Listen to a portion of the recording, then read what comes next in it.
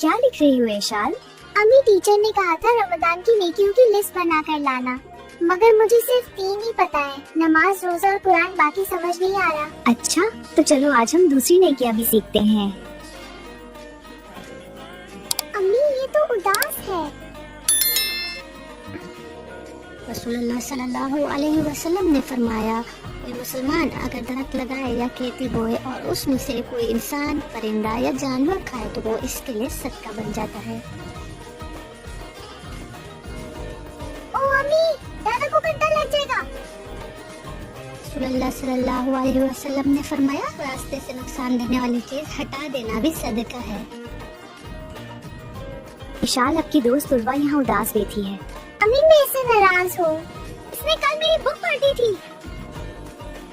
نبی کریم صلی اللہ علیہ وسلم نے فرمایا، میں اس شخص کے لیے جنت کے کنارے ایک گھر کا ضامن ہوں جو جھگڑا چھوڑ دے، چاہے وہ حق پر ہی کیوں نہ ہو۔ دلوں کو صاف کرنا بھی نیکی ہے۔